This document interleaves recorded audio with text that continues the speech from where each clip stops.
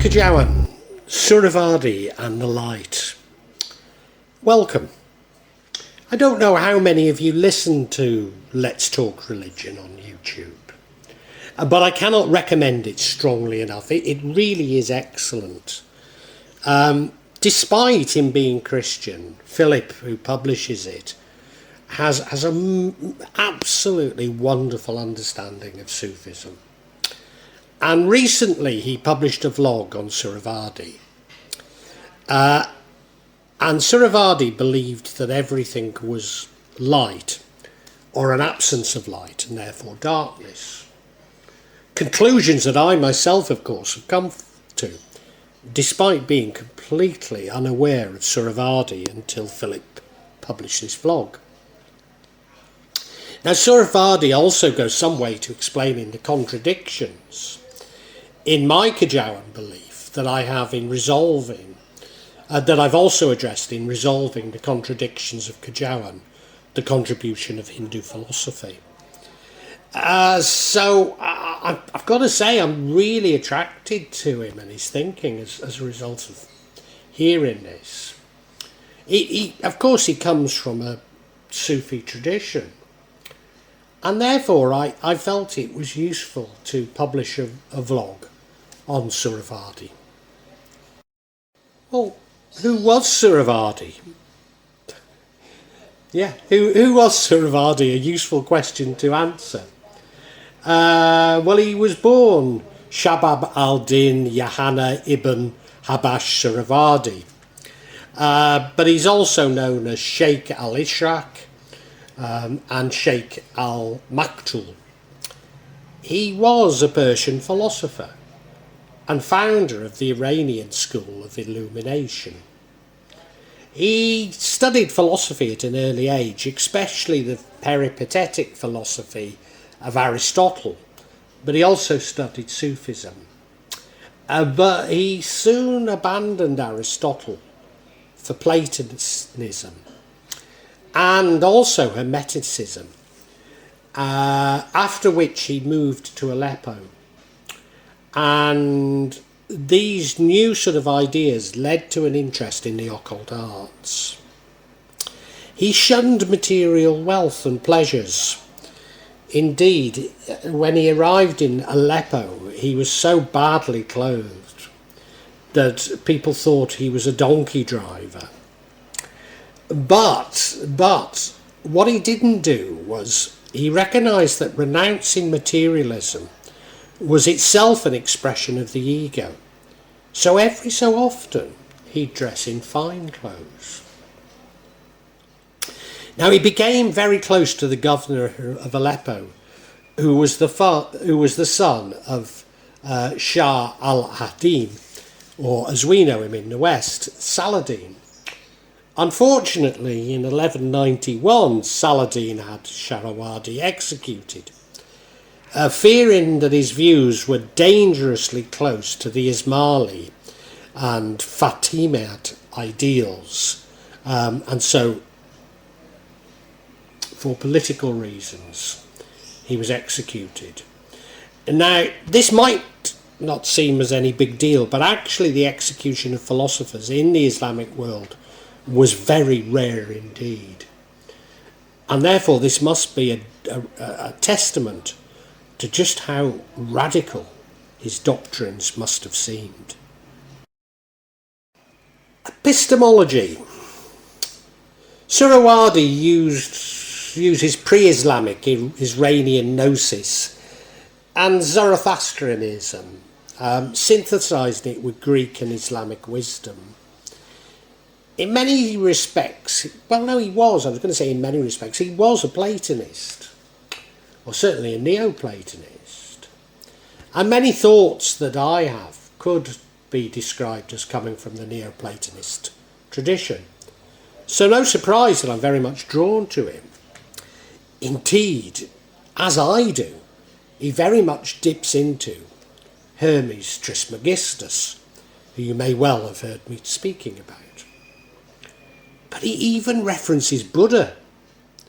And I believe that it's here that it makes his beliefs so similar to those that many of us Kejawen believers hold. to explain the difference between reason and intellect, he develops a distinction between discursive and intuitive knowledge. Discursive knowledge being conceptual knowledge based on rational deduction. So what we learn, for example, in school is discursive knowledge. And when we rationally think about it, this is conceptual knowledge. But intuitive knowledge is a mystical knowledge, a knowledge which comes directly to us. It's known as vokh in Arabic, or taste, that we actually taste this knowledge. Now what I have to say is so much of what I've discovered has simply come to me like it was downloaded to me. You know, it was as though I was tapping into something and suddenly I was filled with a new knowledge that previously I didn't think I knew anything about. Yes, I do rely on discursive knowledge to stimulate conceptual knowledge. But after I've done that, eventually I get these downloads, as it were. And you know, Suhrawardi recognises the need for all forms of knowledge, although sees intuitive knowledge as being at this sort of higher level. So he's sort of hinting at this, that we have to have discursive conceptual knowledge before we can get this intuitive knowledge. And he says there are no universal concepts, only those that were within the mind. And a direct quote from him, Suhrawardi: the universal meaning has no reality outside the mind. And indeed, God's knowledge is based on this. So it's very close to my feeling that God is the sum total of all the consciousnesses of what he has created. So we can only know something after we have self-knowledge. Only once we understand ourselves and therefore how we experience things can we have knowledge of anything else. We can only experience something once we know it is something that we can experience. Or at its simplest, we cannot know something until we know something else. So this is a paradigm for understanding knowledge. Now, from the Platonic tradition, he argues that forms cannot be universal forms outside of consciousness. And this is very much in common with my view that the practice of magic is believing that it's possible, or more poignantly, believing that it's not impossible. So you may have heard me at times talk of travelling through space and time, which I do. I don't do it particularly, it's nothing particularly incredible I do. You know, it's not like Back to the Future, but I can do it. And the key to doing it, is suspending belief that there's any constraint on doing it. So the idea of discursive and intuitive knowledge explains the contradictions within Kejawen, and me shifting between the material and the paranormal, and between the paranormal and consciousness. So in other words, we're simply talking of different forms of knowledge, and that explains why I have to shift between them. And yes, they will contradict each other, but they're different forms. Why wouldn't they? So whilst our exploring our consciousness is the highest level of experience, we cannot do this without an understanding of how we experience what we call the material. The light. Now I need to emphasise that I have found my light through meditation, not through reading books, not through philosophy. When I found it, I had a Kundalini type experience. Maybe not as profound as some describe when they have a Kundalini experience, but nevertheless I'm sure it was a Kundalini experience. I did, however, experience it after meditation, and following the Hindu stroke Buddhist tradition, Kundalini meditation and yoga are a part of Kejawen. So I think me finding the light even though I'm not for 1 minute suggesting it was my understanding of Hinduism and Buddhism. But it comes much more from the Hindu-Buddhist tradition than it does from Suhrawardi. Of course, some fellow Kejawen believers may be familiar with the work of Suhrawardi. I'm sure they are, especially as esoteric Sufism is very well respected in Indonesia.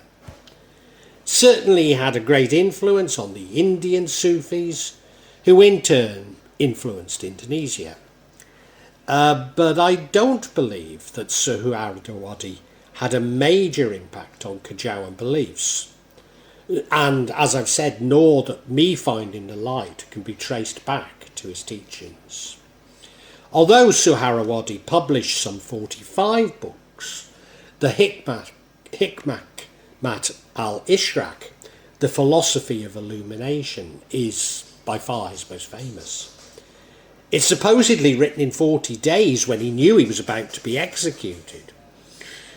So a bit like this knowledge I speak of, it was almost downloaded to him. Whilst it is a book on philosophy using logic in the early sections, in the latter sections it becomes very mystical. So the dichotomy that I sort of swing between in Kejawen is very much a part of this book. The material world or reality doesn't exist, but is only an essence within our mind. Reality is seen to be made up of light and grades of light, but grades, not different types of light. Only the lowest and the dimmest is what we associate with material light. So he talks of immaterial light, barriers or substantial darkness, accidental light, and dark accidents. A light is self-conscious and knows itself. Indeed, light is consciousness. But we're not talking of material light, but an immaterial. Indeed, material light is a manifestation of the immaterial light. So immaterial light, as I've said, is consciousness itself. Anything which is alive is connected to this material light. A proposition not unlike my animistic belief that all of God's creation has consciousness. Although Suhrawardi probably does not include what we call inanimate objects within what he considers to have consciousness. While Suhrawardi is clearly influenced by Zoroastrian traditions, there is a precedence for such beliefs in Al-Quran. In fact, in Al-Quran 20:35, known as Ayat al-Nur, the verse of light. Allah is the light of the heavens and earth. An example of his light is like a niche within which is a lamp. A lamp is within glass. The glass, as if it were the pearly white star, lit from the oil of the blessed olive tree, neither east nor west, whose oil would almost glow if untouched by fire. Light upon light, Allah guides to his light with whom he wills, and Allah presents examples for the people, and Allah is knowing of all things. So the light of light is God himself, and from this emanates other lights. There therefore exists a hierarchy of light, beginning and with its pinnacle with God. So our goal is to illuminate ourselves by getting closer to God, even at one with God, having first reached the material world. Indeed, the soul is a direct manifestation of the divine light, i.e. God. So we do this by purifying ourselves. Now he argues that light is self-illuminating, and indeed I've argued that. It can illuminate darkness, but darkness cannot darken it.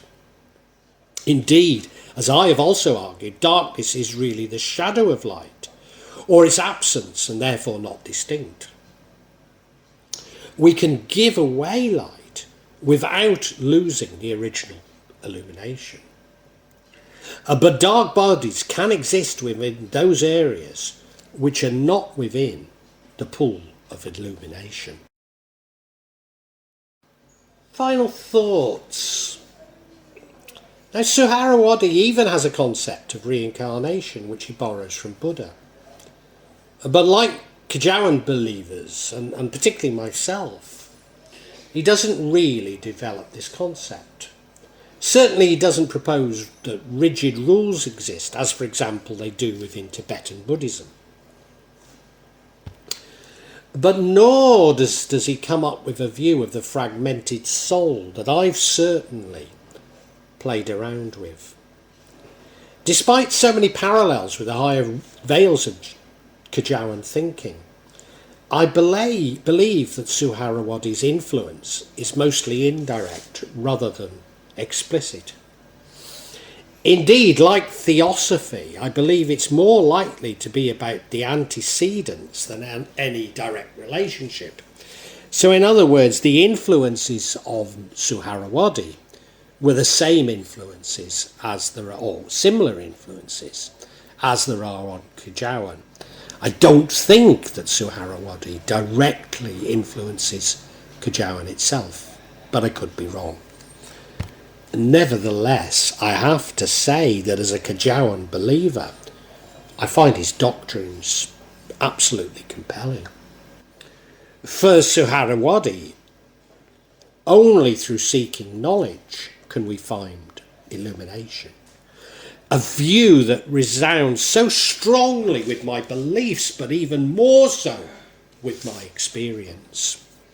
Indeed, having found the light, that's all that matters to me, including what paths we follow, the scriptures. So to me, a closeness to God is the only thing that matters. And this comes through knowledge, not through doctrines. And it's a knowledge of the heart. A knowledge of the heart, not a knowledge of the mind. So it's this downloaded knowledge that matters so much. And it's this downloaded knowledge that gives us the light. And when we have the light, well, I really hope you've enjoyed this vlog. And that, not only got something out of it, but provoked thoughts. I'm not here to push my beliefs, my thoughts on you. Only to open up your own thinking. Get you thinking about the world and life. When I started The Real Magic of Java, I believed that I'd only release them every month or maybe every 2 months. But now I find myself adding to this subsection once or twice a week. But please subscribe and hit the bell to get notifications for when I add new parts to this subsection.